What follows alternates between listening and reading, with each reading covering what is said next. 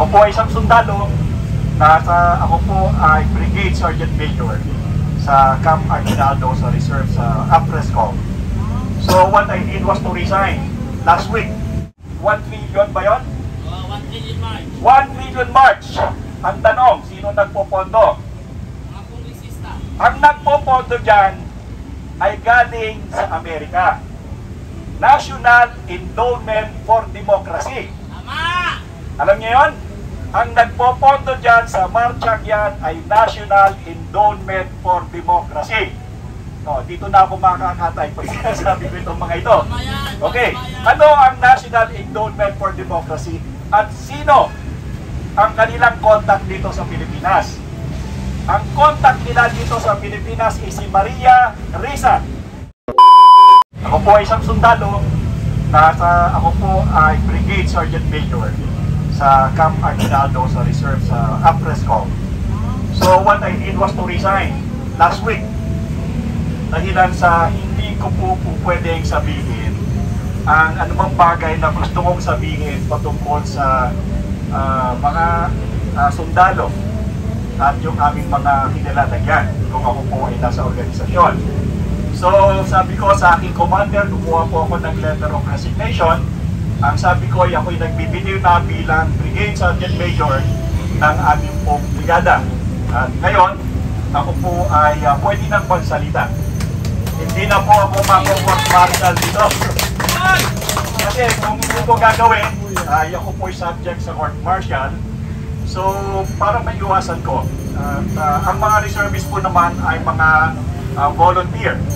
Kaya anytime po pwede kaming mag-resign at anytime pwede rin naman kaming bumalik. Siguro kung iba na yung administrasyon, babalik na uli ako. Kasi ito naman talaga yung aking gawain. Kaya lang sa gayon, ang aking pananaw ay hindi ko pa kaya yung aming kondisyon at kinakailangan kong lumabas upang ako ay makapagsalita patungkol sa kalagayan ng ating bansa. Ako po ay hindi mahilig magsisigaw. Ano po? At ako po ay mas gusto ko yung ako'y nagsasalita. Ang aking sinasabi ay yung pong kapupulutan ng aral. Okay, ganito po yun.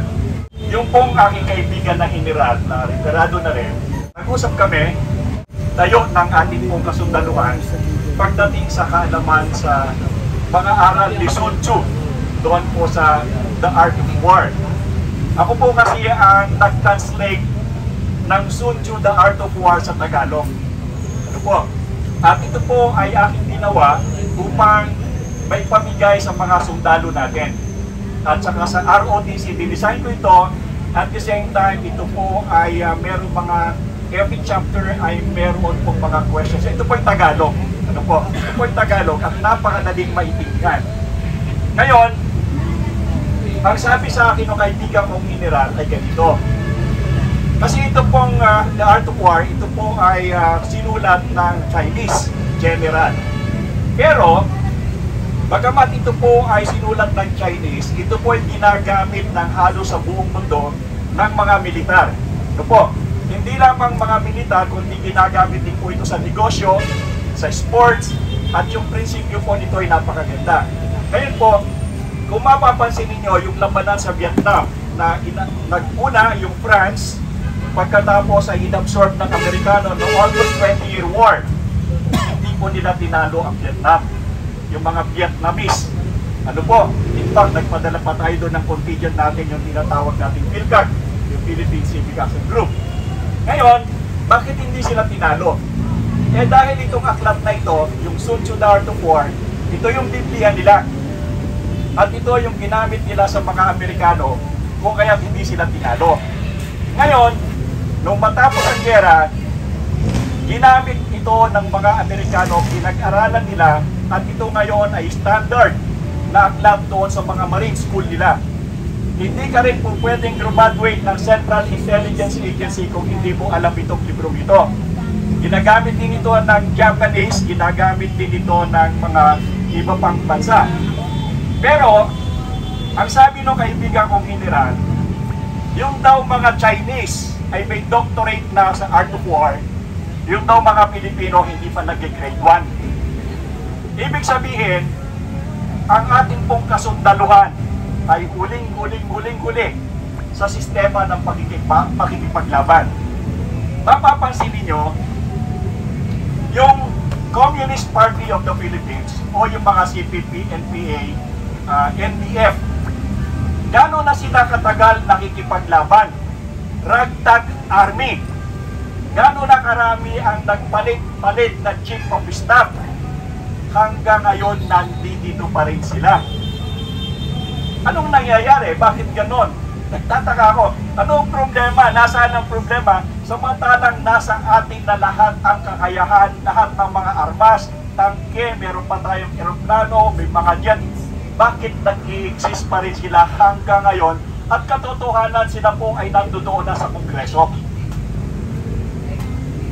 Ang problema ay hindi natin kasi nakikita ang tunay na hitsura kung ano ang nangyayari sa Pilipinas.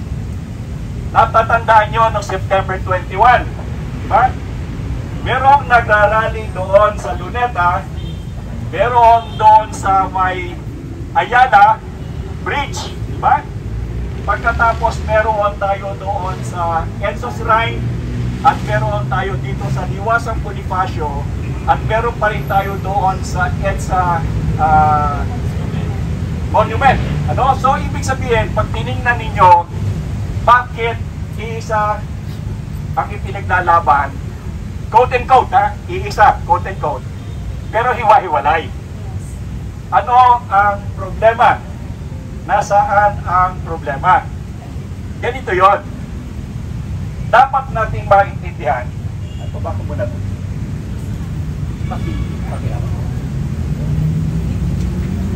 Kasi mahina po yung agkanan. Dapat po nating maintindihan na dapat ang mga Pilipino ay hindi magkaisa. Divide and conquer. Simple lang yan eh. Ginawa na ito ng mga Kastila, pinagpatuloy ng mga Amerikano, at patuloy na ginagawa ngayon. Anong ibig sabihin ng divide and conquer? Kasi pag tayong mga Pilipino ay nagkaisa, makikita natin o matutumbok natin kung ano talaga ang problema. Diba? Ngayon, ano ba talaga ang problema? Una, ganito yan. Merong mga foreign, sabihin natin merong mga dayuhan na nagpopondo sa lahat na nangyayari sa Pilipinas. Yung mga grupo dito may nagpopondo. Maliban dito sa Maisog, walang nagpopondo dito. Bakit? Alam ko yan kasi nakasama na ako dyan. Talagang walang pondo. Maging dito sa UPI, meron lang mga donations. Di ba? Kanina, ang ulam namin, hotdog. At saka nagluto kami ng kanton na may kanin. Yan ang aming ulam at kinain. Pero, pagdating ninyo doon sa ibang grupo, halimbawa yung 1 million ba yun? 1 trillion march. 1 trillion march. Ang tanong, sino nagpopondo? Mga kongresista. Ang nagpopondo dyan ay galing sa Amerika. National Endowment for Democracy. Tama! Alam niyo yun? Ang nagpopondo dyan sa marchang yan ay National Endowment for Democracy.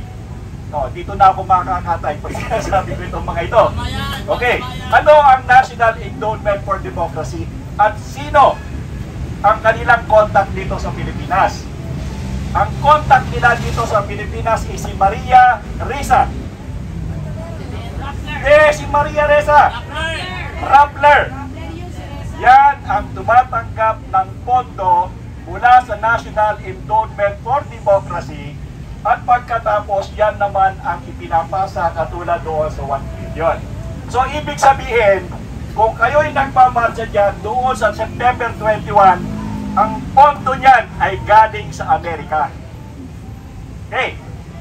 So akala nyo normal lang na naglalakad lang ka doon? Amerikano ang nagpopondo niyan. At ang pondo niyan ay bumabagsak kay Maria Ressa ng Rappler. Ngayon, itong si Maria Ressa ang kanilang ginagamit sa fact checker. Diba? Sino ang may karanasan sa inyo dito sa Facebook na nakakailan na kayo ng tawag dito? fact check pero nasususpended. Sino sa inyo ang mga may suspension sa Facebook? Marami. Ako, pag hindi 1 buwan, 2 buwan, yan ang suspension ko dyan. At yung iba, syempre alam natin na nagre-reklamo. So, ibig sabihin, yung isang grupo noong September 21 na nagmarcha na napakarami, that is funded by NED, National Endowment for Democracy. Okay? So, nakita nyo na isa. Ikalawa, yung tropa naman ni na Ontiveros, yung mga akbayan, ang tawag doon, yung Makabayan Black. Okay. Ang pondo niyan ay nanggagaling sa Europe. Okay, nanggagaling sa Europe ang pondo niyan. Matatandaan nyo na si Joma Sison ay nagtagal sa Netherlands ng napakatagal na panahon. Wala naman siyang hanap buhay. Ibig sabihin, may nagpopondo sa kanya doon, at yung nagpopondong mga grupo, maraming grupo na leftist yan dyan sa Europe, yan din ang nagpopondo dito sa Pilipinas.